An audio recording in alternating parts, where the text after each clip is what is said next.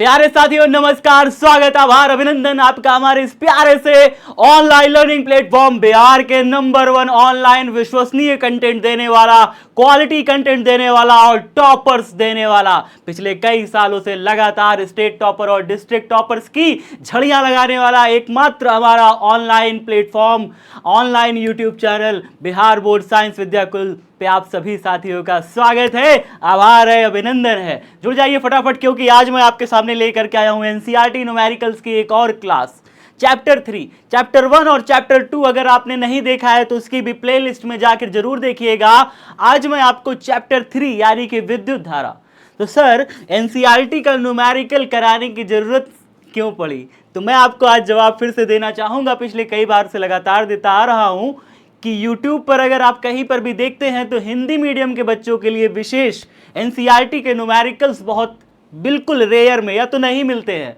तो YouTube पर क्या हम हिंदी मीडियम के छात्र जो है एनसीईआरटी पढ़ने के लिए नहीं बने हैं? क्या हमें अच्छा कंटेंट नहीं मिलना चाहिए? क्या हमें इसका सॉल्यूशन नहीं मिलना चाहिए? क्या हमारे लिए कोई टीचर नहीं समझा रहा? तो मैंने कहा कि अपने हिंदी मीडियम के बच्चों के लिए, अपने बिहार के साथियों के लिए पूरा एनसीईआरटी का न्यूमेरिकल आपका ये भाई, आपका ये दोस्त, आपका साथी सॉल्व कराएगा। तो जल्दी से जुड़ जाइए फटाफट विद्युत धारा का एक शानदार चैप्टर का। जितने भी एनसीईआरटी न्यूमेरिकल हैं इस पाठ में, सबसे आज डील करेंगे। सबसे महत्वपूर्ण अपडेटेड एनसीईआरटी सिलेबस जो अपडेट हुआ है 2023 के बाद से, उस एनसीईआरटी सिलेबस का पूरा आपका क्वेश्चन आपके सामने है। जल्दी से करेंगे सॉल्यूशन फटाफट तरीके से। जुड़ जाइए, कॉपी पेन निकाल लीजिए, क्योंकि आने वाला है ढेर सारा मजा। प्यारे बच्चों, आपके सामने एक क्वेश्चन है, पहला ही क्वेश्चन है आपका। कहता है किसी कार की संचायक बैटरी का विद्युत वाहक बल 12 वोल्ट है। कार की संचायक बैटरी है, उसका विद्युत वाहक बल दिया हुआ है 12 वोल्ट, यानी ई का वैल्यू दिया हुआ है। आप सभी विद्युत वाहक बल से अच्छे से परिचित है कि ई का वैल्यू होता है, और ई का वैल्यू यहाँ पे दिया है 12 वोल्ट। 12 वोल्ट दिया हुआ है प्यारे बच्चों। जब ई का वैल्यू 12 वोल्ट दे दिया, आगे कहता है कि यदि बैटरी का आंतरिक प्रतिरोध 0.4 ओम हो। आंतरिक प्रतिरोध आप जानते हैं कम होता है, बहुत छोटा होता है। आर का वैल्यू जो है, स्मॉल आर का वैल्यू, आंतरिक प्रतिरोध 0.4 ओम दिया हुआ है। बैटरी से ली जाने वाली अधिकतम धारा का मान होगा। अगर आप धारा का फॉर्मूला जानते हैं तो धारा का फॉर्मूला आई बराबर होता है प्यारे बच्चों ई अपॉन में कैपिटल आर प्लस में स्मॉल आर। यहां पे आपका जो धारा है वो अधिकतम तब होगा जब आपका प्रतिरोध, यहां पे जो बाह्य प्रतिरोध है, बाह्य प्रतिरोध वो शून्य हो जाए। अगर आपका बाह्य प्रतिरोध परिपथ का शून्य हो जाता है तो आपकी जो धारा है बैटरी से ली जाने वाली, वो धारा अधिकतम हो जाती है प्यारे बच्चों। तो यहां पे आई मैक्स मिलेगा, यानी अधिकतम धारा तब मिलेगी आपकी। यहां पे क्वेश्चन में देखिए क्या लिखा है, अधिकतम धारा।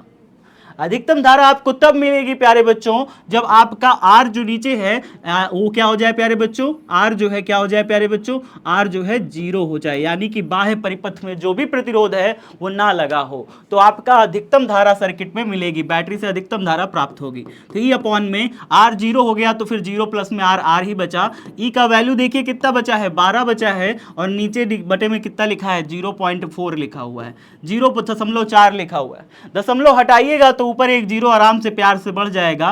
4 3 जा 12, यानी कि 30 एम्पियर का धारा प्राप्त होगा। 30 एम्पियर का धारा हमें प्राप्त होगा प्यारे बच्चों। ये रहा हमारा उत्तर पहले वाले क्वेश्चन का। अब देखते हैं दूसरा क्वेश्चन आपके सामने। ये रहा क्वेश्चन, एक बार सभी साथी पढ़ लीजिए। क्वेश्चन क्या कह रहा है? क्वेश्चन कह रहा है प्यारे बच्चों कि अगर 10 वोल्ट विद्युत वाहक बल बैटरी हो, 10 वोल्ट की विद्युत वाहक बल बैटरी हो, और इसका आंतरिक प्रतिरोध मुझे दिया हो, आंतरिक प्रतिरोध मुझे दिया हो, तो कह रहा है कि किसी प्रतिरोधक संयोजित है। 10 वोल्ट का विद्युत वाहक बल वाली बैटरी जिसका आंतरिक प्रतिरोध 3 ओम है, किसी प्रतिरोधक से संयोजित है। यदि परिपथ में धारा का मान 0.5 एम्पियर हो तो प्रतिरोधक का प्रतिरोध क्या होगा? जब परिपथ बंद हो तो सेल का टर्मिनल वोल्टता क्या होगा? आपसे मैं बता दूं, ये सेम टू सेम क्वेश्चन इस बार नीट में पूछा था। नीट में इस प्रकार से बिल्कुल सेम टू सेम क्वेश्चन आपसे पूछा था। जाकर के इस बार का पेपर उठा लीजिएगा, आपको देखने को मिल जाएगा प्यारे बच्चों। बिल्कुल सेम टू सेम क्वेश्चन पूछा था। कमेंट बॉक्स में बताना है सब बच्चों को इसका आंसर क्या होगा। जल्दी से एक बार सभी बच्चे बता दीजिए। क्या कह रहा है? 10 वोल्ट विद्युत वाहक बल हमें दिया हुआ है, ई का वैल्यू 10 वोल्ट, 10 वोल्ट दिया हुआ है विद्युत वाहक बल। आगे क्या कहता है? जिसका आंतरिक प्रतिरोध 3 ओम है, यानी स्मॉल आर का वैल्यू भी दिया है 3 ओम, किसी प्रतिरोधक से संयोजित है, यानी कैपिटल आर से जुड़ा हुआ है, कैपिटल आर से जुड़ा हुआ है, परिपथ में धारा का मान 0.5 एम्पियर है, यानी आई का वैल्यू 0.5 एम्पियर है। ठीक है सर, इतना मिल गया। आगे तो प्रतिरोधक का प्रतिरोध यानी कैपिटल आर का वैल्यू क्या होगा पूछ रहा है। जब परिपथ बंद है तो सेल का टर्मिनल विभवांतर वी का वैल्यू क्या होगा, ये भी पूछ रहा है। दो चीज आपसे पूछ रहा है। ठीक है, तो भैया ये कैसे निकलेगा, आपका जो वी है प्यारे बच्चों, वी, वो वी निकलेगा आपसे फॉर्मूला से। आप फॉर्मूला जानते हैं टर्मिनल विभवांतर का, नहीं जानते हैं तो जान जाइए। देखिए E बराबर होता है प्यारे बच्चों V प्लस में आई आर, आपने पढ़ रखा है, इसे आपने पढ़ रखा है। ठीक है, तो चलिए सर V की जगह V की जगह अब ये प्लस ई आई आर है ना, ये प्लस आई आर इधर आएगा तो कितना बन जाएगा, E माइनस में आई आर बन जाएगा बराबर V, ऐसे बन जाएगा। बस तो सॉल्व कर लीजिए। E का वैल्यू तो हमें पता है ना, E का वैल्यू पता है 10 वोल्ट, 10 रखा है ना, माइनस में I का वैल्यू हमें पता है 0.5 दिया है, इनटू में स्मॉल आर का वैल्यू कितना है 3 दिया है, बराबर V, ये हमें पता है जी, ये हमें पता है। तो अब यहां से क्या हम लोग V का वैल्यू निकाल नहीं पाएंगे, टर्मिनल वोल्टता निकाल नहीं पाएंगे, बताइए। तो टर्मिनल वोल्टता जो होता है V, यहां से E बराबर जो विद्युत वाहक बल बराबर होता है टर्मिनल वोल्टता प्लस में I इंटू आर, यहां से हमें फॉर्मूला निकल के आया टर्मिनल वोल्टता V बराबर प्लस आई आर, उधर गया माइनस आई आर हो गया। E का वैल्यू हमें दिया हुआ है 10 विद्युत वाहक बल और I धारा का मान 0.5 और इतना दिया हुआ है। अब इसको सॉल्व कर लीजिए ना, 3 से गुणा करिएगा कितना हो जाएगा, 5 तिरिक 15 का 5 हासिल लगा 1.5 हो जाएगा, माइनस का 10, ठीक है, बराबर V, तो कितना हो जाएगा 8 1 9 1 10, ठीक है, 8 1 9 1 10, तो 10 में से जब 1.5 घटाइएगा तो इतना हो जाएगा 8.5, अच्छा वोल्ट में लिख दीजिएगा, तो ये V का वैल्यू आ गया, वोल्ट डाल दीजिएगा ऐसे करके, ठीक है, VOLT, तो V का वैल्यू तो आ गया, टर्मिनल वोल्टता तो मिल गई सर। अच्छा एक चीज और पूछा था प्रश्न में, क्या पूछा था, देखिए, तो प्रतिरोधक का प्रतिरोध क्या होगा, प्रतिरोधक यानी बाह्य प्रतिरोध जो आप जोड़ रहे हैं बैटरी के साथ, उसका प्रतिरोध कितना होगा, ये भी कमेंट बॉक्स में पूछ रखा है, मतलब क्वेश्चन में पूछ रखा है। तो क्वेश्चन में वैल्यू अगर आप निकालिएगा तो बाह्य प्रतिरोध के लिए I बराबर निकालते हैं E अपॉन में capital R plus small r। विद्युत धारा का जो फॉर्मूला था इसके पहले वाले क्वेश्चन में जो लिखा था, बिल्कुल वही फॉर्मूला यहाँ लिख देना है। आगे देखिए धारा का मान यहाँ पे हमें दिया हुआ है, क्या धारा का मान देखिए 0.5 एम्पियर हमें दिया हुआ है, बराबर E का वैल्यू हमें दिया है क्या, E का वैल्यू 10 वोल्ट हमें दिया है, 10 दिया है, बटे में capital R plus small r, capital R और स्मॉल r का योग, कैपिटल R देखिए हमें नहीं पता है लेकिन स्मॉल r पता है 3 ओम, 3 ओम दिया है ना जी, हाँ 3 ओम दिया है। तो हम यहाँ पे क्या करेंगे, कैपिटल R हमें नहीं है पता लेकिन स्मॉल r तो हमें 3 ओम दिया है ना, ऐसे कर लेंगे। अब देखिए यहाँ पे क्या करिएगा, अब यहाँ पे कैपिटल R प्लस R को स्मॉल इधर लेते आइए, 0.5 कैपिटल R प्लस में 3 बराबर आ जाएगा 10, मतलब इस पूरे हिस्से को इधर लाया, गुणा कर दिया। अब 0.5 इधर भागे में उधर जाएगा तो गुणा हो जाएगा, मतलब गुणा है इधर, उधर जाएगा तो भागे में चला जाएगा, तो कैपिटल R प्लस 3 बराबर हो जाएगा 10 बटे में 0.5, और 0.5 से काटिएगा ना तो पॉइंट हटाए तो 0 बढ़ेगा, 5 दूनी 10, ये आ गया ऊपर 20 आ गया। अब R का वैल्यू अगर आप यहाँ निकालिएगा तो R प्लस 3 बराबर 20 दिया है, तो R बराबर प्लस 3 उधर जाएगा माइनस 3 हो जाएगा, R बराबर 20 माइनस 3 कितना हो जाएगा जी, 17 ओम हो जाएगा, कितना हो जाएगा जी, 17 ओम हो जाएगा। तो R का वैल्यू निकल आया और इधर के अंदर किसका निकल आया, टर्मिनल वोल्टता भी निकल आया। बताइए सबको समझ में आ गया कि नहीं समझ में आया, जल्दी से बताइए। टर्मिनल वोल्टता निकल आया और ये भी निकल आया, ठीक है सर। अगला क्वेश्चन देखिए, कमरे के ताप पर 27 डिग्री सेल्सियस पर किसी तापन अवयव का प्रतिरोध दिया है 100 ओम, तापन अवयव का प्रतिरोध दिया हुआ है, कोई एक एलिमेंट है, हीट एलिमेंट है, उसका जो प्रतिरोध है वो दिया हुआ है 100 ओम दिया है कमरे के ताप पर, यानी 27 डिग्री सेल्सियस पर। कह रहा है यदि तापन अवयव हीट एलिमेंट का जो प्रतिरोध है वो 117 ओम हो तो तापन अवयव का ताप क्या होगा, प्रतिरोध के पदार्थ का ताप गुणांक कितना दिया हुआ है, ताप गुणांक दिया है।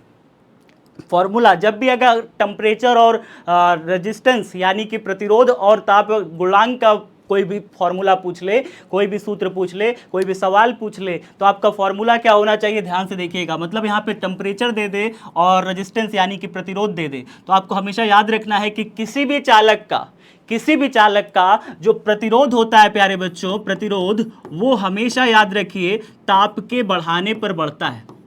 ताप अगर आप बढ़ाते हैं तो मुक्त इलेक्ट्रॉनों के बीच में जो टाउ होता है वो कम लगता है।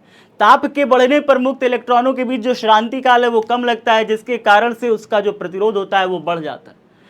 प्रतिरोध क्या हो जाता है, प्रतिरोध उसका क्या हो जाता है, ताप पे निर्भर करता है, याद रखिएगा ताप पे निर्भर करता है। ताप को बढ़ाओगे, जब ताप को बढ़ाओगे, चालक तार को गर्म करोगे, तो R जो होता है ना, R का फॉर्मूला होता है ml अपॉन में ANE स्क्वायर टाउ। प्यारे बच्चों R डायरेक्टली प्रोपोर्शनल होता है 1/टाउ के। अगर समय कम लगेगा, ताप को बढ़ाओगे समय कम लगेगा, ताप के बढ़ाने पर टकराने के बीच जो इलेक्ट्रॉन टकराते हैं, टक्कर में समय कम लगेगा, समय कम लगेगा तो प्रतिरोध बढ़ जाएगा, प्रतिरोध बढ़ जाएगा। ठीक है, उल्टा रिलेशन है ना, समय कम प्रतिरोध बढ़ा, समय कम प्रतिरोध बढ़ा। चलिए सर, तो ये उल्टा रिलेशन होता है, मतलब ताप के बढ़ाने पर आप कह सकते हैं अल्टीमेटली प्रतिरोध का बढ़ना, प्रतिरोध बढ़ता है। ठीक है, चलिए सर, अब ये बातें तो सर समझ में आ गई कि ताप के बढ़ने पर प्रतिरोध बढ़ता है, लेकिन जब यहाँ पे प्रतिरोध का ताप गुणांक दे देगा, यानी कि हमें दे दे अल्फा का वैल्यू, आपको पता है ना क्लास में पढ़ाए थे, ये होता है प्रतिरोध का ताप गुणांक अल्फा, इसे कहते हैं अल्फा प्यारे बच्चों। अल्फा बराबर कितना दिया हुआ है हमें, प्रतिरोध का ताप गुणांक दिया हुआ है, अल्फा का वैल्यू हमें दिया है 1.70 इंटू 10 की पावर -4 प्रति डिग्री सेल्सियस, इसको पढ़ते हैं प्रति डिग्री सेल्सियस। अगर कहीं डिग्री सेल्सियस -1 लिखा हो तो इसको बोलते हैं प्रति डिग्री सेल्सियस। अल्फा का मात्रक होता है, यानी कि ताप गुणांक का मात्रक होता है प्रति डिग्री सेल्सियस। चलिए सर, इतनी बात समझ गए। अब इसका फॉर्मूला देखिए क्या होता है, सबसे बेसिक है फॉर्मूला बेटा, इसका फॉर्मूला याद रख लेना, RT2 माइनस RT1 अपॉन में RT1 ब्रैकेट में T2 माइनस T1, ये है इसका फॉर्मूला। इस फॉर्मूले को अगर आपने याद कर लिया तो फिर आपका सारा काम हो जाएगा। इस चैप्टर में इस तरीके के 3-4 क्वेश्चंस हैं, उन सारे क्वेश्चंस को आप बड़े आसानी से सॉल्व कर लोगे अगर आपने इस फॉर्मूले को याद कर लिया है तो। क्या कहता है ये फॉर्मूला? ये फॉर्मूला कहता है कि बढ़े हुए ताप पर ये प्रतिरोध है, बढ़ा हुआ ताप पर ये प्रतिरोध है, प्रारंभिक ताप पर ये प्रतिरोध है, प्रारंभिक ताप पर ये प्रतिरोध है, प्रारंभिक ताप का प्रतिरोध ब्रैकेट में बढ़ा हुआ ताप बटे में पहला ताप। मतलब अगर मान लीजिए कि कोई एक चालक है, इस चालक का T1 टेम्परेचर पर अगर मैं प्रतिरोध बोल दूं तो R1 है, T2 टेम्परेचर पर प्रतिरोध बोल दूं R2 है, बट मैं यहाँ पे ये कह रहा हूँ आपसे कि जो T1 टेम्परेचर है ना वो लो है और T2 टेम्परेचर ज़्यादा है। ये है आपका T2 temperature is more greater than T1, और इसके यहाँ पे वैल्यू क्या कह रहा है कि T1 टेम्परेचर पर रेजिस्टेंस R1 है और T2 टेम्परेचर पर रेजिस्टेंस R2 है। यहाँ पे जो T1 है वो कम टेम्परेचर है और T2 जो है बढ़ा हुआ ताप है। ठीक है, तो यहाँ पे अल्फा बराबर हो जाएगा RT2 मतलब बढ़े हुए ताप पर जो प्रतिरोध है माइनस पहले वाले ताप का प्रतिरोध बटे में पहले वाले ताप पर प्रतिरोध और दोनों तापों का अंतर, ये सारा चीज़ हम लोग को रखना है। चलिए अब सबको वैल्यू बराबर करके रखते हैं। कमरे के ताप पर मुझे दिया हुआ है 27 डिग्री सेल्सियस, तो मुझे यहाँ पे T1 दिया हुआ है, T1 कितना दिया है भैया, 27 डिग्री सेल्सियस दिया हुआ है, मैं इसको ऐसे ही रख दूंगा। चलिए सर आगे क्या कह रहा है, कमरे के ताप पर यानी T1 पर किसी तापन अवयव का प्रतिरोध 100 ओम है, यानी मुझे ये R1 दिया हुआ है, T1 पर प्रतिरोध कितना दिया है बेटा, R1 कितना दिया है, 100 ओम दिया है। कमरे के ताप पर जो प्रतिरोध है वो 100 ओम दिया है, यानी T1 का वैल्यू 27 है और 27 पर जो हमारा प्रतिरोध है वो कितना है, 100 ओम है। ये चीज को याद रखिए। चलिए सर ये मिल गया, R1 और T1 का वैल्यू मिल गया। आगे देखिए क्या कह रहा है, यदि तापन अवयव हीट एलिमेंट का प्रतिरोध 117 ओम हो, हीट एलिमेंट का प्रतिरोध कितना हो, 117 ओम हो, यानी कि R2 का वैल्यू हमें पता है, R2 का वैल्यू कह रहा है 117 ओम हो जाए, 117 ओम हो जाए तो आगे ये कहता है तो अवयव का ताप क्या होगा, यानी T2 का वैल्यू कितना होगा ये पूछ रहा है भैया, T2 का वैल्यू कितना होगा ये पूछ रहा है। पदार्थ का प्रतिरोध ताप गुणांक तो इतना दिया हुआ है, अल्फा का वैल्यू भी ये दिया है, अल्फा का वैल्यू ये दिया है। तो भैया अगर ऐसा सब सिस्टम होगा तो क्या आप रख करके निकाल नहीं पाएंगे, अल्फा की जगह पे अल्फा का वैल्यू रखिए, अल्फा की जगह पे अल्फा का वैल्यू रखिए, क्या रखिएगा, 1.70 इंटू 10 की पावर -4 बराबर, यहाँ पे प्रतिरोधों को घटा के लिखे, प्रतिरोधों को घटा के लिखे, यानी 117 में से 100 घटाइए, RT2 माइनस RT1 मतलब दूसरे ताप हैवी ताप में से कम ताप को घटाइए, हैवी प्रतिरोध माने ज़्यादा प्रतिरोध में से कम प्रतिरोध को घटाइए, यानी 117 में से 100 घटाइए, R2 में से R1 को घटाइए, RT2 में से RT1 घटाइए। 117 में से अगर मैं घटाऊं किसको, 100 को घटाऊं, बटे में नीचे क्या लिखना है, RT1 यानी कि R1, ये 100 वाला लिखना है, 100 लिखना है। ब्रैकेट में क्या लिखना है बेटा, ब्रैकेट में दोनों तापों को घटा के लिखना है, दोनों तापों को घटा के लिखना है। तो इन दोनों तापों में कौन सा बड़ा होगा, ये वाला बड़ा होगा कि ये वाला बड़ा होगा, जानी सी बात है बेटा T2 बड़ा होगा। क्यों T2 बड़ा होगा, क्योंकि इसका R2 बड़ा है, जिसका R2 बड़ा होगा तो T2 भी बड़ा ही होगा ना।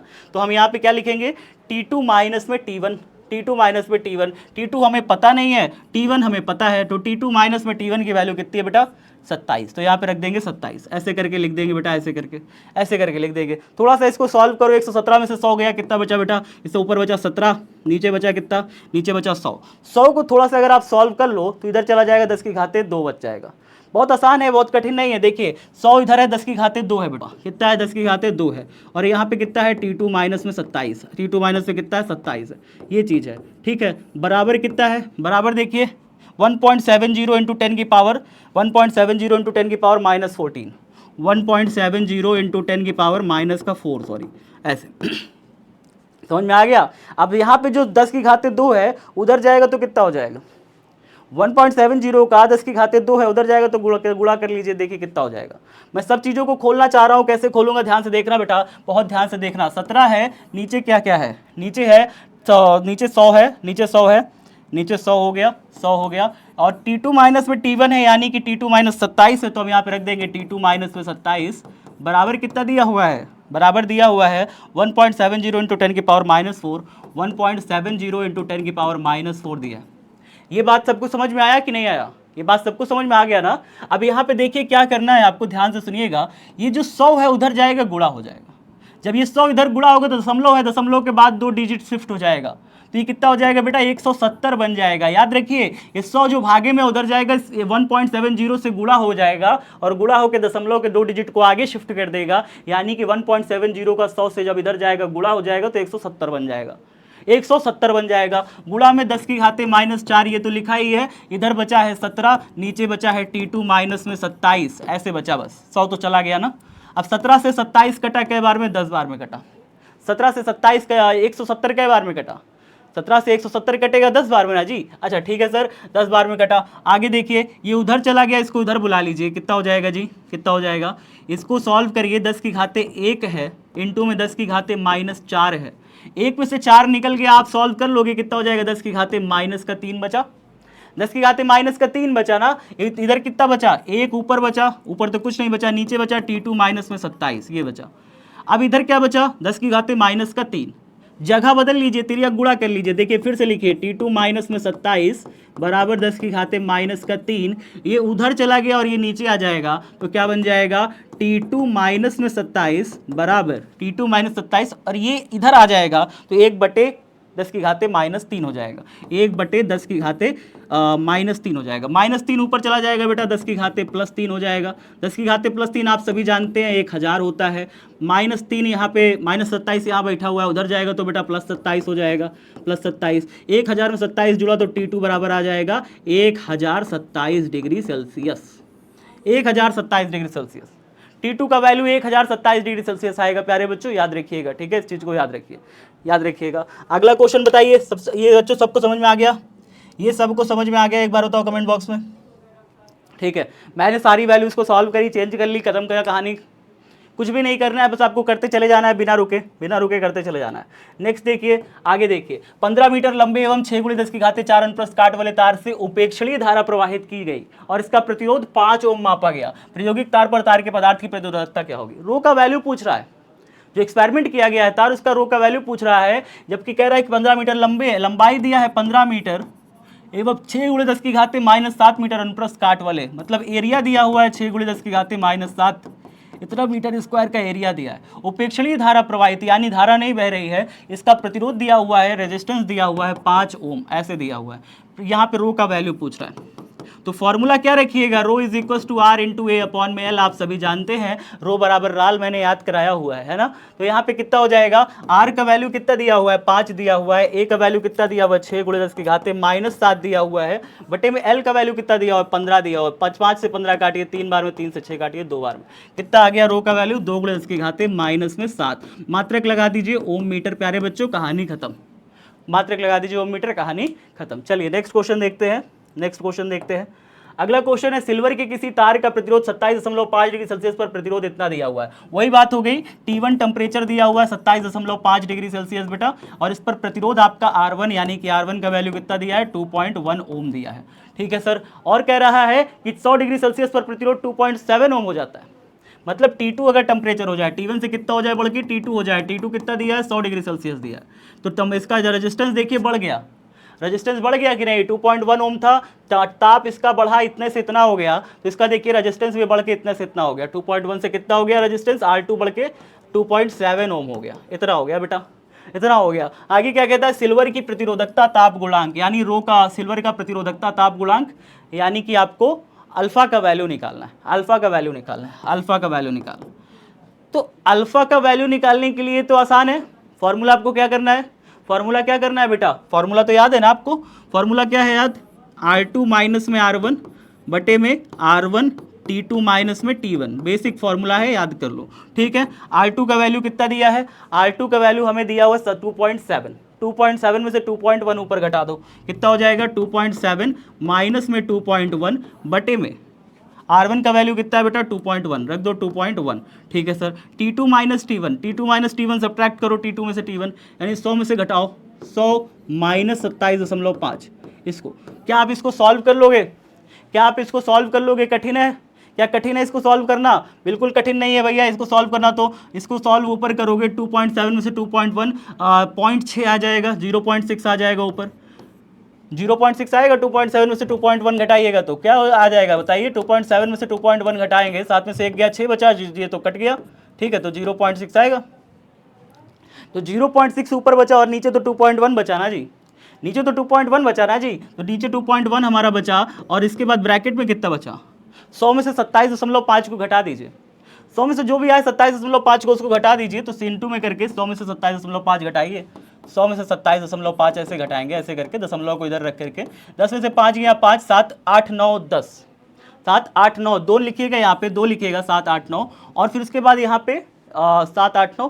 ठीक है, ऐसे करके तो कितना हो जाएगा यहाँ पे 5 5 10, फिर से जोड़ के देख लीजिए, 7 8 9 1 10, 7 8 9 7 8 9 1 10। ठीक है, तो हमारा आ गया 72.5 आ गया, 72.5 आ गया बेटा, 72.5। क्या आप इन सबको गुणा भाग करके सॉल्व कर लीजिएगा, दशमलव हटा करके पॉइंट हटा करके काटिए पीटिए, सॉल्व हो जाएगा, कोई दिक्कत यहाँ पे आएगा नहीं, आप कोई दिक्कत वैसे आएगा नहीं खास। इसका दशमलव हटा लीजिए तो यहाँ पे 100 आज 10 आ जाएगा, 10 ऊपर चला जाएगा, 10 से गुणा मार दीजिए तो ऊपर 6 हो जाएगा। ठीक है, और यहाँ पे भी पॉइंट हटा लीजिए तो ऊपर भी 10 आ जाएगा तो 60 हो जाएगा, तो ऊपर हो जाएगा हमारा 60, नीचे आ जाएगा कितना बेटा, नीचे आ जाएगा 21 गुणे में 725। ऐसे सॉल्व करिए, अल्फा का वैल्यू आपका निकल जाएगा, कोई यहाँ पे बहुत बड़ा दिक्कत नहीं आएगा, बस इसका मात्रक लगा दीजिएगा प्रति डिग्री सेल्सियस। ठीक है, इसका मात्रक बस लगा दीजिएगा प्रति डिग्री सेल्सियस, तो आपका बहुत आसानी से इसका वैल्यू निकल आएगा, ऐसा कुछ खास इसमें दिक्कत होगा नहीं। ठीक है, समझ में आ गया। ठीक है चलिए सर आगे देखते हैं, आगे देखा जाए, आगे देखा जाए, कोई दिक्कत नहीं, यहाँ तक सबको हो गया। आगे देखिए, अगला क्वेश्चन है हमारा कौन सा, अगला क्वेश्चन देखिए, नाइक्रोम का एक तापन अवयव 230 वोल्ट की सप्लाई से संयोजित है और 3.2 एम्पियर की प्रारंभिक धारा लेता है, जो कुछ सेकंड में 2.8 एम्पियर की स्थायी हो जाती है यदि कमरे का ताप 27.0 डिग्री सेल्सियस पर है तो तापन अवयव का स्थायी ताप क्या होगा। अच्छा, दिए गए ताप परिसर में नाइक्रोम का औसत प्रतिरोध का ताप गुणांक दिया हुआ है, मतलब औसत प्रतिरोध का ताप गुणांक अल्फा का वैल्यू दिया है, कितना दिया अल्फा का वैल्यू, वही 1.70 × 10⁻⁴। पीछे भी तो हम लोग इसको कर चुके हैं, प्रति डिग्री सेल्सियस, इस तरीके से। आगे यहाँ पे क्या कह रहा है, देखिए बहुत सी चीज़ें कह रहा है, पहले फॉर्मूला को आप लगाना सीख लीजिए, तो फॉर्मूला लगा लोगे तो सब आ जाएगा। ठीक है, तो फॉर्मूला आपका याद हो गया होगा अब तक, अल्फा बराबर कितना होता है, R2 माइनस में R1 होता है, बढ़े हुए ताप के बढ़ा हुआ प्रतिरोध में से पहले का प्रतिरोध घटा देते हैं, और यहाँ पे हम लिखते हैं पहले वाला प्रतिरोध और लिखते हैं T2 माइनस में T1, ऐसे लिखते हैं प्यारे बच्चों, ऐसे लिखते हैं। अब यहाँ पे देखिए क्या T2 और T1 वैल्यू दी हुई है, हमें T2 T1 वैल्यू दी हुई है। कह रहा है कि नाइक्रोम का एक तापन अवयव 230 वोल्ट की सप्लाई संयोजित है, 3.2 एम्पियर की प्रारंभिक धारा लेता है, जो कुछ सेकंड में 2.8 एम्पियर की पर स्थायी हो जाता है यदि कमरे पर का ताप 27 डिग्री सेल्सियस हो, तापन का स्थायी ताप क्या होगा। अच्छा, एक ताप दिया हुआ है, एक ताप नहीं दिया हुआ है, कमरे का ताप मुझे दिया हुआ है, मतलब ये T1 का वैल्यू हमें दिया हुआ है, स्थायी ताप हमें नहीं पता, नेक्स्ट ताप हमें नहीं पता, तो एक ताप हमें T1 का वैल्यू पता है, यहाँ से हमें T1 का वैल्यू तो पता है, तो T1 का वैल्यू हमें कितना दिया बेटा 27.0 डिग्री सेल्सियस, ये हमें पता है। ठीक है सर। अच्छा, मुझे T2 नहीं पता, तो मैं यहाँ पे T2 लिख देता हूँ कि सर मुझे T2 अभी निकालना है, T2 अभी जानकारी नहीं है। अच्छा सर, R1 और R2 का क्या होगा, ये भी तो मुझे नहीं दिया प्रश्न में, दिया है, ध्यान से देखिए आपको दिया मिलेगा, तो क्या मिलेगा सर दिया, देखिए यहाँ पे नाइक्रोम का एक तापन अवयव 230 वोल्ट की सप्लाई, V का वैल्यू दिया है, देखिए यहाँ पे V का वैल्यू दिया है 230 वोल्ट की सप्लाई। ठीक है सर, V 220 वोल्ट की सप्लाई से संयोजित है और 3.2 एम्पियर की प्रारंभिक धारा लेता है, ये प्रारंभिक धारा है उसकी, मतलब अगर इसकी मैं प्रारंभिक धारा नोट कर लूँ, V इसको ले लूँ और प्रारंभिक धारा को मैं I1 बोल दूँ, तो I1 मेरी कितना दिया हुआ है, प्रारंभिक धारा 3.2 एम्पियर की धारा दिया हुआ है ये हमें पता है। फिर कह रहा है कि जो कुछ सेकंड बाद 2.8 एम्पियर पर स्थायी हो जाती है। अंतिम धारा इसकी कुछ अलग है, अंतिम धारा इसकी कुछ अलग है। तो अगर अंतिम धारा को मैं लिखूं यहाँ पर कितना, अंतिम धारा को मैं इसको I2 बराबर लिख लूँ तो कितना हो जाएगा, 2.8 एम्पियर पर स्थायी हो रहा है। अब देखिए, अब यहाँ से आप R2 और R1 को निकालिए, R2 और R1 को यहाँ से निकालिए। अगर आप इसको V R बराबर निकालते हैं तो V बराबर क्या होता है बेटा, V बराबर होता है I इंटू में R। तो अगर आप यहाँ से R बराबर निकालेंगे तो R बराबर हो जाएगा V अपॉन में I, V अपॉन में I हो जाएगा। तो I जो है ये वाला जो I होगा उसका प्रतिरोध ज़्यादा है, इसका प्रतिरोध ज़्यादा आएगा, इसका प्रतिरोध कम आएगा। कैसे आएगा सर, दिखाता हूँ मैं आपको। देखिए, अगर आप R2 निकालिएगा तो R2 बराबर जो होगा वो कितना हो जाएगा, V अपॉन में I2, V अपॉन में I2, याद रखिए ये हो जाएगा। और अगर आप यहाँ से R1 निकालिएगा तो R1 बराबर कितना हो जाएगा, V अपॉन में I1 हो जाएगा। प्यारे बच्चों, ये फॉर्मूला आ जाएगा। तो यहाँ से पहले R2 और R1 को निकाल लीजिए, फिर यहाँ पे पुट करना है और फिर उसके बाद रख करके वैल्यू को सॉल्व करना है। और हमें क्या निकालना है, T2 की वैल्यू फाइंड करनी है, T2 का वैल्यू फाइंड करना है। स्थायी ताप क्या होगा वो क्वेश्चन में पूछ रहा है। आसान क्वेश्चन है, देखो कैसे निकालते हैं, रख करके सॉल्व करते हैं। देखो बेटा, R2 कैसे निकालेंगे यहाँ रखने के लिए, R1 कैसे निकालेंगे यहाँ रखने के लिए, वो मैंने बता दिया कि ओम का नियम है। R बराबर कितना होता है बेटा, V अपॉन में I होगा। V का हमने वैल्यू हमें दिया है 230 वोल्ट, I2 हमें निकालने को लिए दिया, I2 नीचे रख देंगे। V अपॉन में I1, वोल्टेज उतना ही है, वोल्टेज उतना ही है, सप्लाई वही है ना, सप्लाई सेम है तो इसलिए वोल्टेज वही है। I2 धारा हमारी 3.2। चलिए इसको रख के सॉल्व करा जाए, तो क्या हो जाएगा, R2 का पहले वैल्यू निकालिए। R2 बराबर होगा कितना, V upon I2, V upon में I2।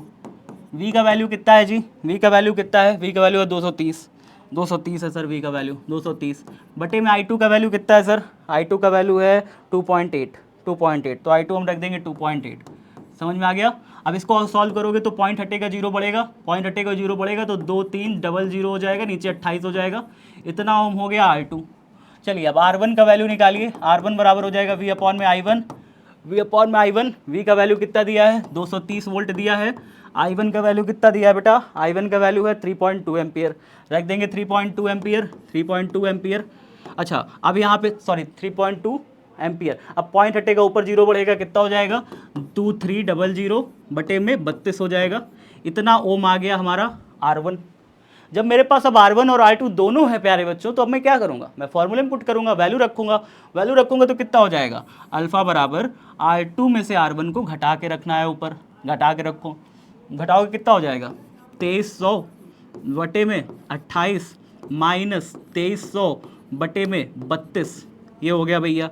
बटे में नीचे क्या रखोगे, R1 फॉर्मूले में यहाँ क्या है, R1 है 2300 बटे में 32 ब्रैकेट में T2 माइनस T1 रखना है। T2 कितना दिया भैया, T2 तो हमें नहीं पता लेकिन T1 पता है 27, तो T2 नहीं पता तो T2 की जगह T2 रख दो, माइनस में T1 की वैल्यू कितना दिया बेटा 27।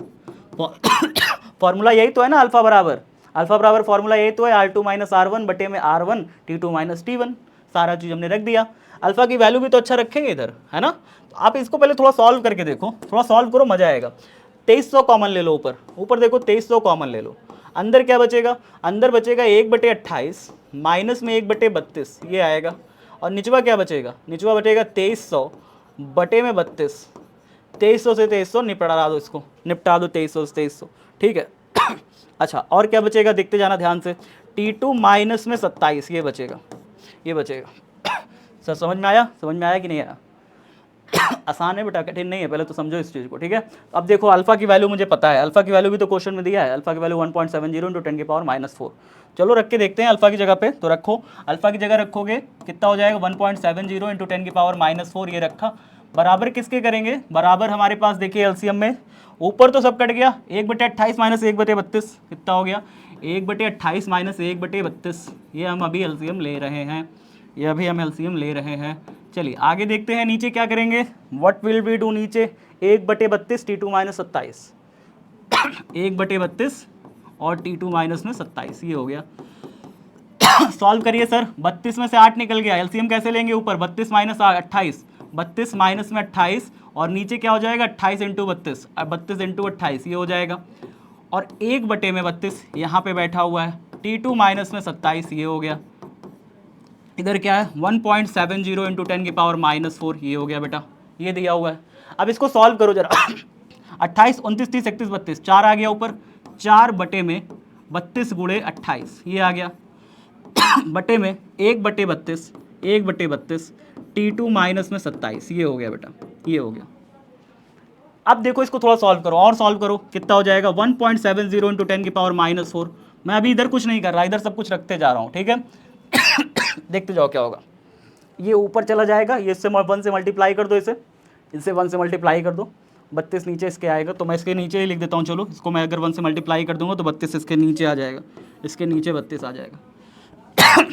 32 से 32 ऊपर नीचे कट गया, 32 से 32 कट गया, ऊपर क्या बचा बेटा, ऊपर बचा 4, नीचे बचा क्या, अब ये 28 इसके साथ आ जाएगा।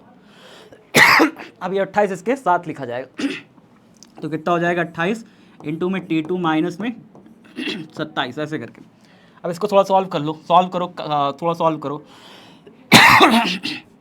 थोड़ा सॉल्व करो, किस पार कटेगा, 2 2 जा 4, 2 1 जा 2, 2 4 जा 8, 2 1 जा 2, 2 4 जा 8, 2 1 जा 2, 2 7 जा 14, कितना हो गया बेटा, कितना हो गया, इधर तो 1 बचा, 4 7 जा 28 कट गया, इधर 1 बचा, इधर 7 बचा, तो इधर 7 है, उधर जाएगा, उधर गुणा हो जाएगा, इधर 7 है, इधर जाएगा गुणा हो जाएगा।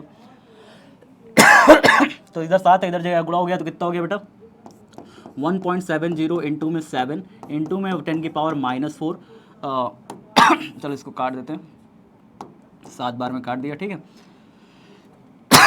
क्या था इधर 28 था ना, 4 से काट दिया, एक डायरेक्टली लिख देते हैं इसको, 4 से काट दिया, 4 1 4 7 जा 28। चलिए इधर 7 था, इधर आके भाग, इधर भागे में था, इधर जाएगा गुणा हो गया, 10 के 1.70 इंटू 7 हो गया, बराबर ऊपर क्या बचा, ऊपर बचा 1, नीचे बचा T2 माइनस में 27।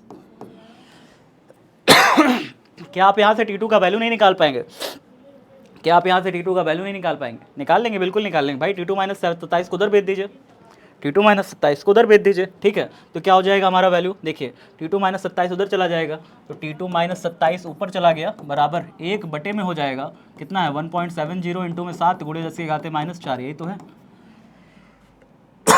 यही तो है 1 ये इधर आ गया, ये पूरा नीचे आ गया इसके। अब आप इसको 1 से भाग दे दीजिए, 1 से ये पूरा चीज़ भाग दे दीजिए, नहीं भाग देने आता तो -4 को ऊपर भेज दीजिए बेटा, +4 हो जाएगा, 100 हो जाएगा, इतना हो जाएगा बेटा, 10,000 हो जाएगा ऊपर, -4 को ऊपर भेज दीजिए बेटा, 10,000 हो जाएगा पूरा का पूरा, ठीक है। और नीचे क्या बचेगा 1.70 इंटू 7 बचेगा, इधर वाला पूरा सॉल्व कर लो, डिवाइड करके T2 माइनस 27 कर दो, जो भी आंसर आएगा इधर सॉल्व करने के बाद -27 उधर भेज देना, +27 हो जाएगा T2 का वैल्यू, जो भी इसको सॉल्व करने पे आए यहाँ पे लिख लेना, -27 उधर चला जाएगा बेटा, +27 हो जाएगा, वैल्यू आपका आंसर फाइनल आ जाएगा। मिला लेना NCERT से जाके, ठीक है।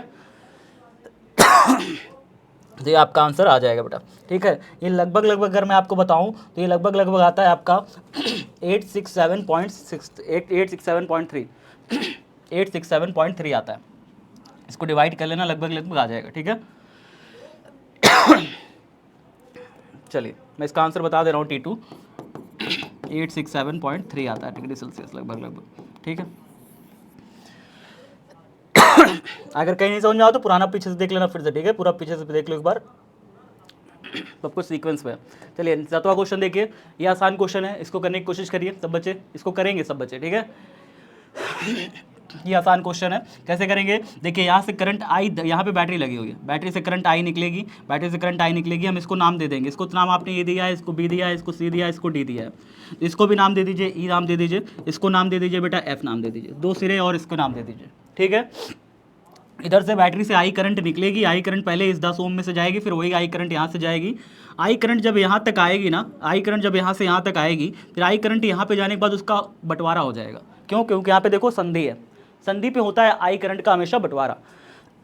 तो आई करंट यहाँ तक तो आएगी, लेकिन फिर करंट का हो जाएगा बंटवारा, कुछ करंट ऊपर चली जाएगी, माना कि हमने I1 करंट ऊपर चली गई, नीचे कितनी आ जाएगी, अगर I यहाँ तक आई थी, I1 ऊपर चली गई तो नीचे आएगी I माइनस I1 आएगी, ठीक है, नीचे आ गई, इधर गया नीचे, यहाँ पे हमने मान लिया इधर I1 करंट जा रही है, देखिए इसमें I1 करंट जा रही है, इधर I1 करंट आई, यहाँ तक I1 करंट आई, नीचे चली गई, हमने मान लिया कि I2 करंट नीचे चली आई, तो इस वाले हिस्से में कितनी चली जाएगी, अगर I2 इधर चली गई, I1 आ रही थी, I2 चली गई, तो फिर इधर कितनी जाएगी, इधर जाएगी बेटा I1 माइनस I2 करंट इस वाले हिस्से में चली जाएगी, इस वाले हिस्से में, इधर वाले में, तो I1 माइनस I2 इस वाले हिस्से में चली आई है, इधर आई है करंट, इसमें I1 माइनस I2 गई है, फिर यहाँ पे I1 माइनस I2 आके मिल गई है, याद रखिएगा। आगे देखिए I माइनस I1 इस वाले हिस्से से आते हुए यहाँ पे पहुँची, ऊपर से पहुंच रही है I2, ऊपर से आ रही है I2, इधर से आ रही है I-I1।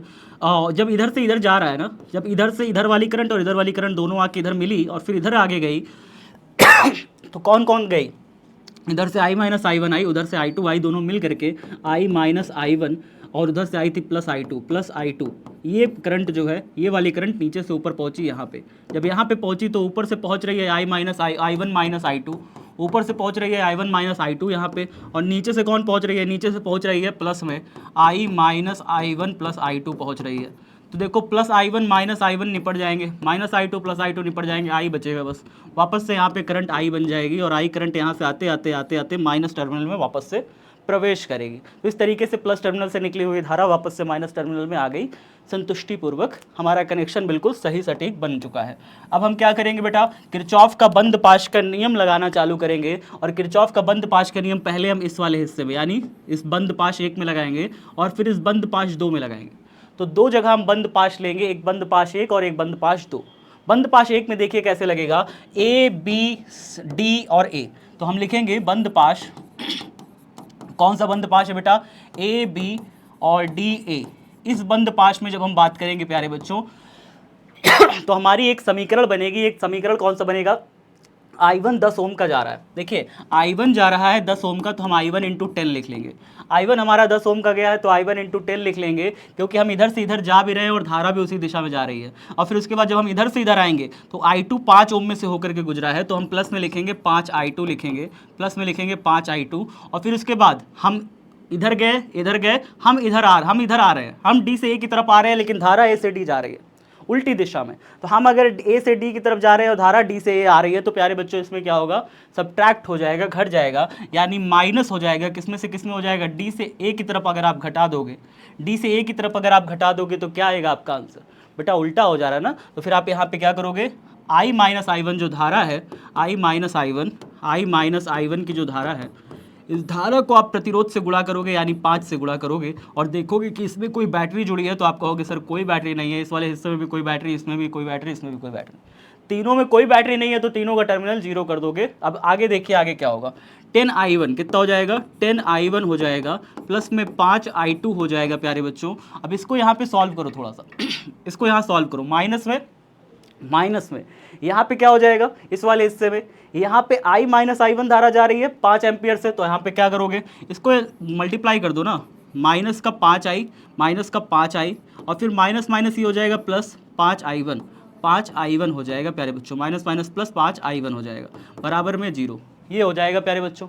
आगे देखिए क्या होगा, आगे अगर मैं बात करूं तो 10I1 प्लस 1I1 कितना हो गया बेटा, 15I1 हो गया, 15I1 बन गया, प्लस में 5I2 बन गया, और यहाँ पे माइनस 5I उधर चला गया तो प्लस का 5I बन गया।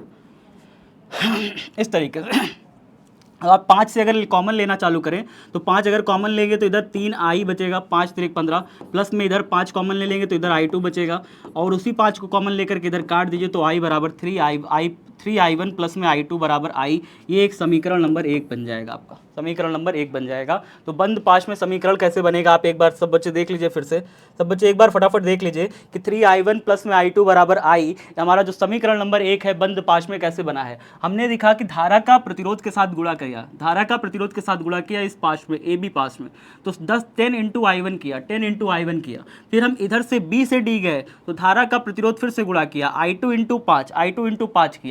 5 किया, फिर माइनस साइन इसलिए लगाया क्योंकि जब हम नीचे से ऊपर जा रहे थे पाश में तो धारा ऊपर से नीचे आ रही थी, धारा कितनी आ रही थी, I-I1 आ रही थी, तो हमने इसलिए यहाँ पे माइनस साइन लगाया क्योंकि हमारे जाने की दिशा इधर थी, धारा के आने की दिशा उल्टी थी, इसलिए हमने यहाँ पे माइनस साइन लगाया ना। तो यहाँ पे माइनस साइन लगाया, I-I1 को हमने किससे गुणा किया, प्रतिरोध 5 से गुणा किया। इस तरीके से हमारे पास क्या निकल के आया बेटा, धारा गुणे प्रतिरोध सब में हमने कर दिया, तीनों पाशों में कर दिया। इस पाश में कोई बैटरी नहीं है तो हमने 0 के बराबर कर दिया, फिर हमने सॉल्व करके ये वैल्यू निकाल ली। अच्छा ठीक है सर, अगला देखिए यहाँ पे क्या करते हैं हम लोग, आगे हम लोग इस पाश में लेते हैं, इस वाले सेकंड पाश में लेते हैं। जब हम लोग दूसरे पाश में लेते हैं यानी कि बंद पाश, देखिएगा बंद पाश, कौन से बंद पाश है हमारा, BCDB, कौन सा पाश है, BCDB में, DB में।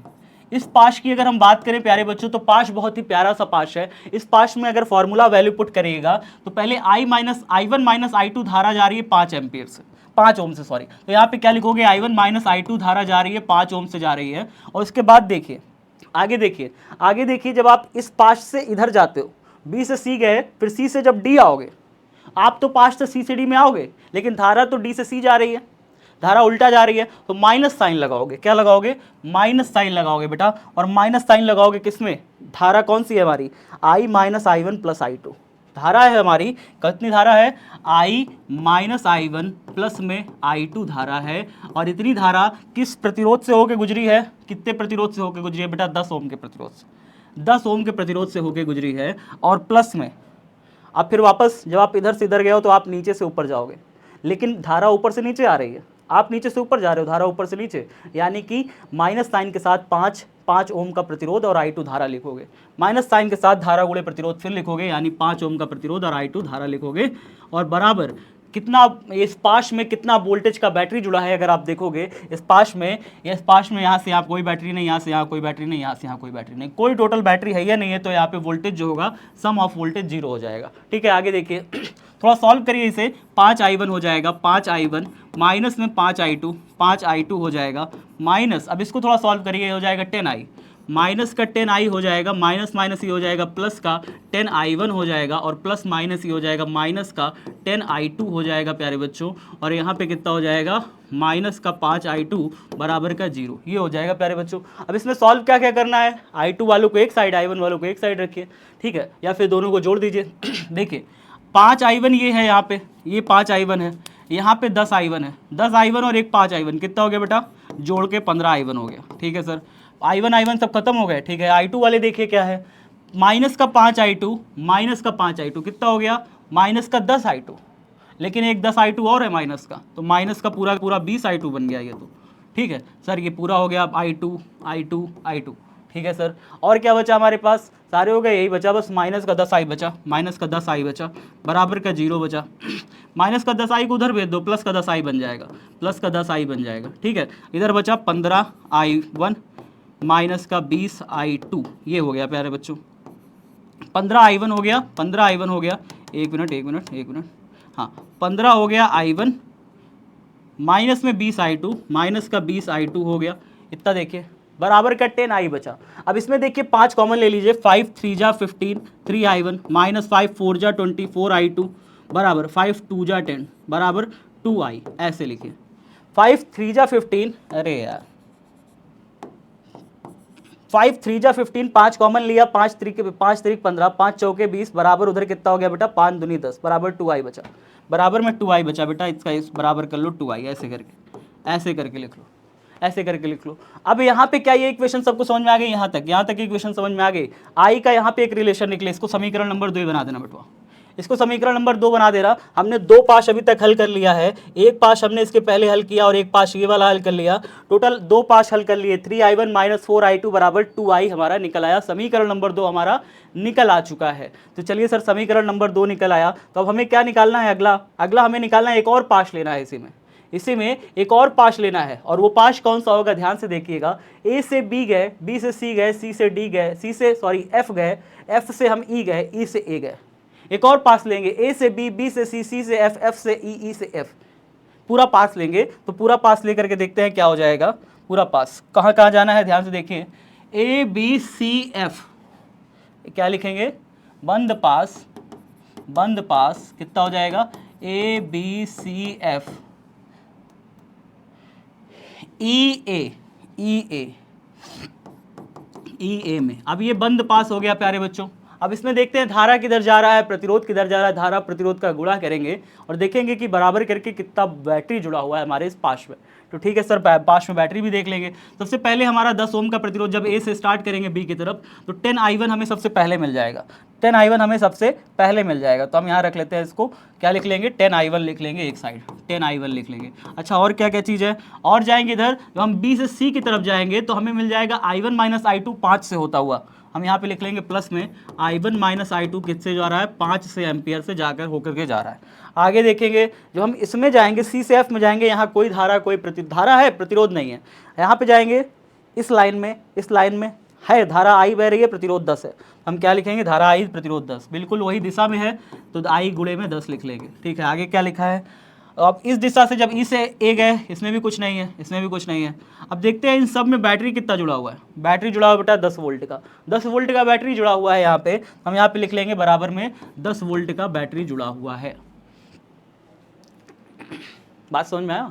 1 2 2 इधर हो गया, 3 नीचे कुछ नहीं था, 4 इधर 1 था, इधर कुछ नहीं था, बस सिंपल है। ठीक है, अब आगे देखिए, इसको सॉल्व करिए। 10i1 इसको सॉल्व करो बेटा, i1 माइनस i2, तो यहाँ पे क्या लिखोगे 5i1 प्लस का 5i1 माइनस का 5i2 प्लस में 10i बराबर का 10 आया। ठीक है, ये आया समझ में सबको। आगे देखिए, अब यहाँ पे 10i और 1i मिल करके कितना हो गया, 5i मिल करके 15i बन गया, 15i बन गया, 15i1 बन गया, माइनस में 5i2 बन गया, प्लस में 10i बन गया, बराबर का 10 आया। ये आया बेटा, इतना सबको समझ में आ गया। ये इसको समीकरण नंबर 3 बना दीजिए, इसको समीकरण नंबर 3 बता दीजिए। दो समीकरणों को हल करके यहाँ पे i1 i2 दोनों का वैल्यू निकाला जा सकता है। कोई भी दो समीकरण, समीकरण 1 और समीकरण 2 को हल कर लीजिए। जैसे आपको कह दो कि समीकरण 1 ये वाला और समीकरण 2 ये वाला, इन दोनों को हल करके आप i1 i2 का वैल्यू निकाल लीजिए।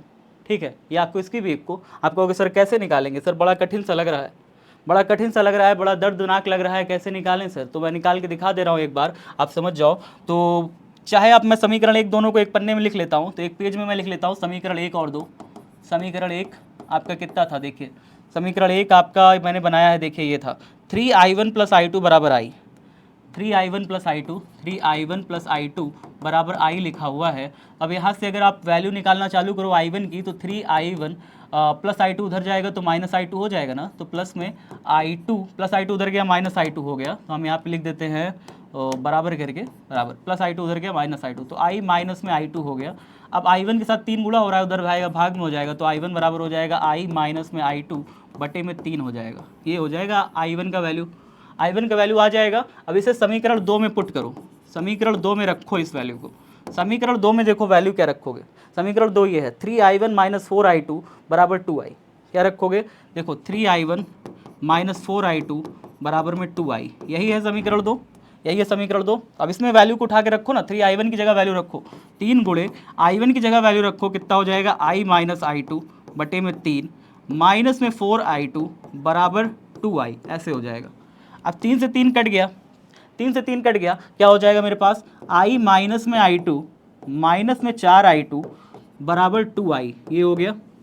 i माइनस i2 4i2 और 1i2 कितना हो गया बेटा, माइनस का 5i2 हो गया, माइनस का 5i2 हो गया, तो इधर बचा माइनस कितना लिखोगे i minus 5i2, i minus में 5i2 बराबर 2i, ये हो गया। अब यहाँ से i2 बराबर निकालिएगा, माइनस 5i2 अगर उधर चला जाएगा तो ये बन जाएगा प्लस का 5i2, तो ये हो जाएगा बेटा, इसको और थोड़ा सॉल्व करिएगा, तो ये प्लस का 5i2 माइनस का 5i2 उधर गया, प्लस का 5i2 बन गया बराबर, और ये i में से जब 2i प्लस का है इधर आया तो माइनस का 2i बन गया, तो i माइनस का 2i हो गया, i में से 2i घटा बेटा माइनस का i बटा, और इधर i2 बराबर आएगा, आप निकालिएगा तो 5 गुणा इधर आएगा तो भाग में चला जाएगा। कुछ इस प्रकार से हमारा i2 का वैल्यू आ जाएगा, i2 का वैल्यू मेरा मिल जाएगा। अगर आपको i2 का वैल्यू मिल जाए प्यारे बच्चों, तो अब i1 का वैल्यू यहाँ पे निकाल लीजिए, यहीं पे रख करके अगर आप सॉल्व कर लेंगे तो i1 का वैल्यू भी आपको बड़े आसानी से मिल जाएगा। जैसे देखिए i2 का वैल्यू यहीं पे पुट करके निकाल लीजिए, रखिए यहाँ पे i1 बराबर है i माइनस में i2 का वैल्यू कितना है, माइनस का i बटे 5 है, बटे में कितना है 3 है। सॉल्व करिए यहाँ पे जरा, माइनस माइनस प्लस हो जाएगा, 5i और 1i मिल करके कितना हो जाएगा बेटा, 5i और 1i मिल करके 6i बटे में 5 हो जाएगा, बटे में 3 बचा। ठीक है, अब 3 बटे तो 1 है ना जी, 3 बटे 1 है तो ये ऊपर चला जाएगा, तो ये कितना हो जाएगा 6i बटे में 5, और ये 3 आके नीचवा आ जाएगा, तो 3 दूनी 6 कट जाएगा, यानी कि जो हमारा i2 का वैल्यू है, सॉरी i1 का जो वैल्यू है, i1 का वैल्यू है वो कितना आ जाएगा 2i बटे में 5, 2i बटे में 5, ये वैल्यू आ जाएगा i1 का, 2i बटे में 5 आ जाएगा। सॉल्व करिएगा, बड़े आराम से निकल आएगा, कोई दिक्कत नहीं आएगी। i1 और i2 का जब वैल्यू आपका निकल आएगा तो इन दोनों के वैल्यू को निकाल के, इन दोनों के वैल्यू को सॉल्व करना है, कहाँ पे रखना है, i1 और i2 की जगह रख करके i का वैल्यू निकाल लेना है, i का वैल्यू निकाल लेना है। तो i1 की जगह पे रखिए 15 गुणे में i1 का वैल्यू कितना है, 2i बटे 5 आया है, i1 का वैल्यू कितना आया है 2i बटे 5 आया है, तो i1 का वैल्यू यहाँ पे रख दीजिए, 2i बटे में 5 आ गया, माइनस का 5 गुणे में i2 का वैल्यू कितना आया है, i2 का वैल्यू देखिए माइनस का i बटे में, माइनस का i बटे में कितना आया है जी, माइनस का i बटे में 5 आया, तो यहाँ पे माइनस का i बटे 5 रख देंगे, तो कितना रख देंगे यहाँ पे, माइनस का i बटे में 5 रख देंगे, और प्लस में 10i रख देंगे, बराबर में 10 रख देंगे। सॉल्व करिए इसे, 5 एकम 5, माइनस माइनस ये हो जाएगा प्लस का i, प्लस में 10i तो पहले ही है, और यहाँ पे 5 से 5 तिरिक कट गया, 3 दूनी 6i कट गया, 6i बराबर हो गया 10 बेटा। कितना हो जाएगा, 10 6 16 1 17, 17i हो जाएगा टोटल यहाँ पे, 10 6 16 1 17i बराबर 10। तो कितना हो जाएगा, 17i अगर बराबर 10 आया बेटा, तो यहाँ से क्या i बराबर आप निकाल पाओगे, i बराबर 10/17 एम्पियर, i बराबर 10/17 एम्पियर। आई का वैल्यू अगर 10/17 एम्पियर आ गया तो क्या आप यहाँ से वैल्यू नहीं पुट कर पाओगे, वैल्यू रख करके निकाल नहीं पाओगे। आई की जगह पे रख दो 10/17, i1 की वैल्यू आ जाएगी, i2 की भी वैल्यू आ जाएगी। आई की जगह वैल्यू पुट कर दो 10/17, 10/17, ठीक है। चलिए अगला क्वेश्चन देखिए, इसका 8वां नंबर क्वेश्चन है। 8 वोल्ट विद्युत वाहक बल की एक संचायक बैटरी जिसका आंतरिक प्रतिरोध इतना दिया है को श्रेणी क्रम में 15.5 वोल्ट का ओम के प्रतिरोधक का उपयोग करके 120 वोल्ट के डीसी स्रोत द्वारा चार्ज किया जाता है। चार्ज होते समय बैटरी का टर्मिनल वोल्टता क्या है, चार्जकारी परिपथ में प्रतिरोधक का श्रेणी क्रम से संबंध करने का उद्देश्य क्या है। अच्छा बढ़िया क्वेश्चन है, ध्यान से देखिएगा। एक बैटरी है ऐसे, उसका आंतरिक प्रतिरोध भी है इस तरीके से, तो हम बैटरी को ऐसे करके ऐसे ऐसे दर्शाएंगे, बैटरी को हम इस तरीके से दर्शाएंगे, और बैटरी का प्लस टर्मिनल माइनस टर्मिनल। यहाँ पे कह रहा है कि 8 वोल्ट की विद्युत वाहक बल की संचायक बैटरी जिसका आंतरिक प्रतिरोध 0.5 ओम है। तो यहाँ पे हम लिख देंगे इसका 8 वोल्ट विद्युत वाहक बल है, और यहाँ पे अंदर ही लिख दो, कोई दिक्कत नहीं, 8 वोल्ट विद्युत वाहक बल है, और इसका आंतरिक प्रतिरोध कितना दिया है 0.5 ओम। तो यहाँ पे लिख दीजिए 0.5 ओम का आंतरिक प्रतिरोध है। कह रहा है कुछ श्रेणी क्रम में 15.5 ओम के एक प्रतिरोधक का उपयोग करके, इसी के श्रेणी क्रम में एक और प्रतिरोधक लगा हुआ है, बाह्य प्रतिरोध, जो है 15.5 ओम का, 15.5 ओम का ऐसे लगा हुआ है, का उपयोग करके 120 वोल्ट के डीसी स्रोत द्वारा चार्ज किया जाता है। यहाँ पे एक डीसी स्रोत और है बेटा, एक डीसी स्रोत और है, ठीक है, इससे चार्ज किया जाता है। इसका वोल्टेज है 120 वोल्ट, ये दिया हुआ है, चलो चार्ज किया जाता है। चार्ज होते समय बैटरी का टर्मिनल वोल्टता क्या होगा, चार्ज होते समय बैटरी, ये जो बैटरी आप देख रहे हैं ये बैटरी, इस वाली बैटरी का संचायक बैटरी जिसकी बात करी जा रही है, कह रहा है चार्ज होते समय इसका टर्मिनल वोल्टता क्या होगा, वोल्टता क्या होगा, इसका टर्मिनल वोल्टेज क्या होगा।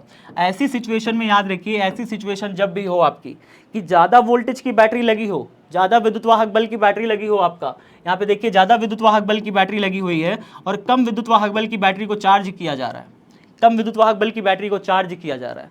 तो चार्जिंग के समय जो है सिचुएशन अलग होता है। चार्जिंग के समय जो आप फॉर्मूला लिखते हैं, फॉर्मूला अभी आप लिखते हैं ना, E बराबर V प्लस आई आर, और V बराबर यहाँ से हो जाता है V बराबर जब आप लिखोगे तो E माइनस में आई आर लिखते हो। चार्जिंग के समय ये नहीं होगा, चार्जिंग के समय आपका फॉर्मूला ये प्लस हो जाएगा, याद रखिएगा, बस अंतर यही होता है। जब आप बैटरी को चार्ज कर रहे होते हैं तो यहाँ पे ये फॉर्मूला, मतलब इसके सिरे पर जो टर्मिनल वोल्टता आएगा V, वो क्या हो जाएगा बेटा, वो ज़्यादा होता है। टर्मिनल वोल्टता ज़्यादा होता है, विद्युत वाहक बल कम होता है चार्जिंग के समय, ठीक है, याद रखिएगा। तो चार्जिंग जब यहाँ पे बात आ जाए ना कि चार्ज हो रहा है, चार्ज किया जा रहा है, चार्ज हो रही है बैटरी, मतलब उसको उपयोग में नहीं लाया जा रहा है, उससे बल्ब नहीं जलाया जा रहा है, बल्कि बैटरी को ही चार्ज किया जा रहा है किसी दूसरी बैटरी से। तो यहाँ पे हमारा कितना हो जाएगा, V बराबर कितना हो जाएगा, E प्लस में आई आर, ये हो जाएगा। प्यारे बच्चों याद रखिएगा इस चीज़ को बहुत ध्यान से याद रखिएगा, तभी आप इस क्वेश्चन को कर पाइएगा, नहीं तो फिर आप इसको कंफ्यूज हो जाओगे, और कंफ्यूज हो जाओगे तो फिर नहीं हो पाएगा, ठीक है। तो याद रखिएगा, बड़े आराम से हो जाएगा, कोई दिक्कत का बात नहीं आएगा। अब आपको यहाँ पे क्या करना है, ध्यान से देखिएगा, ध्यान से देखिए, 120 वोल्ट है और ये 8 वोल्ट है, ये 8 वोल्ट है और ये 120 वोल्ट है, दो अलग अलग बैटरीज है। तो इनका पहले हम तो निकालेंगे तुल्य विद्युत वाहक बल कितना है।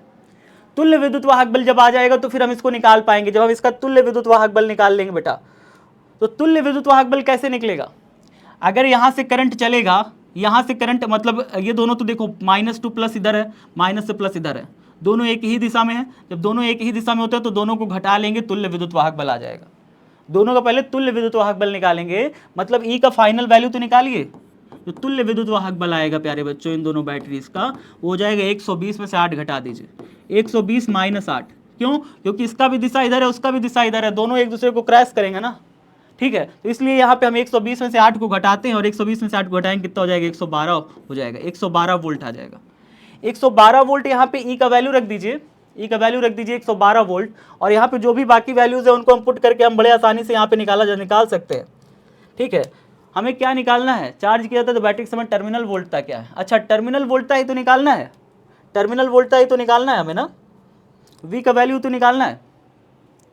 तो V बराबर क्या लिखेंगे, ई प्लस में आई अपॉन में आई इंटू में आर, लेकिन मुझे धारा भी तो नहीं पता है। इस फॉर्मूला में हमें ई का वैल्यू तो पता चल गया, ई तुल्य 112 है, लेकिन हमें धारा आई का भी तो वैल्यू नहीं पता है। तो जब धारा का वैल्यू नहीं पता होता तो धारा आई बराबर हम लोग लिखते हैं ई अपॉन में कैपिटल आर प्लस में स्मॉल आर, इससे हम लोग धारा निकाल लेते हैं। तो चलिए सर इससे धारा निकाल के देखा जाए। तो इससे अगर मैं धारा निकालूं आई बराबर, तो ई का वैल्यू तो मेरे पास आ गया ना 112 बटे में नीचे लास्ट बचा बस।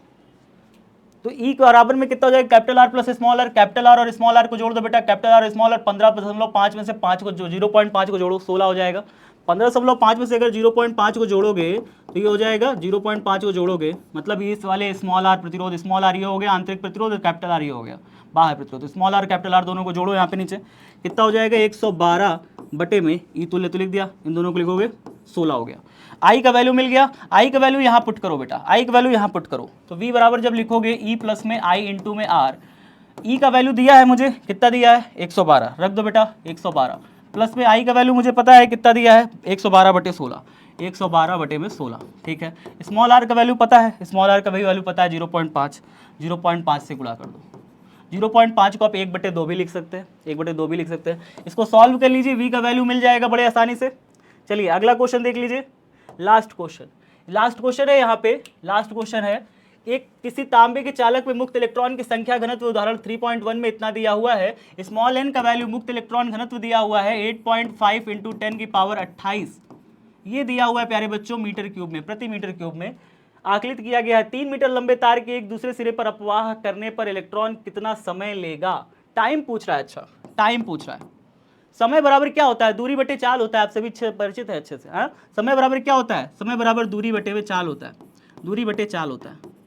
अगर L लंबाई का तार है तो L लंबाई का तार है तो L लंबाई का तार में परिचित होगा, और दूर चाल किस चाल से चलेगा, VD चाल से चलेगा बेटा, अनुगमन वेग से अंदर तार से चलता है, अनुगमन वेग से चलता है। और अनुगमन वेग का अगर आप फॉर्मूला नहीं जानते तो फॉर्मूला निकाल लीजिए, VD बराबर I बराबर फॉर्मूला होता है ना, I बराबर NEAVD, ये फॉर्मूला जानते हैं। तो VD बराबर यहाँ से कितना हो जाएगा, अनुगमन वेग बराबर हो जाएगा I अपॉन में NEA, निया ये हो जाएगा। VD का वैल्यू निकल आएगा तो VD का वैल्यू पुट कर दीजिए, तो L अपॉन में कितना हो जाएगा, VD का वैल्यू I अपॉन में NEA भाग में ऊपर चला जाएगा, गुणा हो जाएगा, तो T बराबर हमारा क्या निकल आएगा, L इंटू में NEA अपॉन में I, ये हो जाएगा। अब समय तो हमें दिया हुआ है ना, तो समय में L लंबाई क्या हमें तार की दी है, क्या हमें तार की लंबाई दी है, बिल्कुल दी है 3 मीटर। तो L का वैल्यू हमें 3 मीटर तो दिया है ना जी। आगे क्या N का वैल्यू दिया है, मुक्त इलेक्ट्रॉन का घनत्व दिया है, बिल्कुल ये दिया हुआ है, देखिए N का वैल्यू भी दिया हुआ है तो रख देंगे। बाकी क्या E का वैल्यू, एक इलेक्ट्रॉन का आवेश वो तो पता ही होता है 1.6 इंटू 10⁻⁻19। क्या क्षेत्रफल दिया हुआ है, अनुप्रस्थ काट का क्षेत्रफल देखिए, A का वैल्यू भी हमें दिया है, क्षेत्रफल भी दिया हुआ है। अच्छा I धारा का मान दिया है, बिल्कुल 3 एम्पियर की धारा दे रहा है। क्या आप टाइम नहीं निकाल पाओगे, क्या T की वैल्यू नहीं निकाल पाओगे, निकाल दोगे तो फिर लाइक कर देना और कमेंट बॉक्स में इसका आंसर भी देना। मिलते हैं अगली कक्षा में अगले चैप्टर के साथ, तब तक सब बच्चे अपना ख्याल रखिएगा। जय हिंद, जय Bharat, love you everyone, bye bye, take care.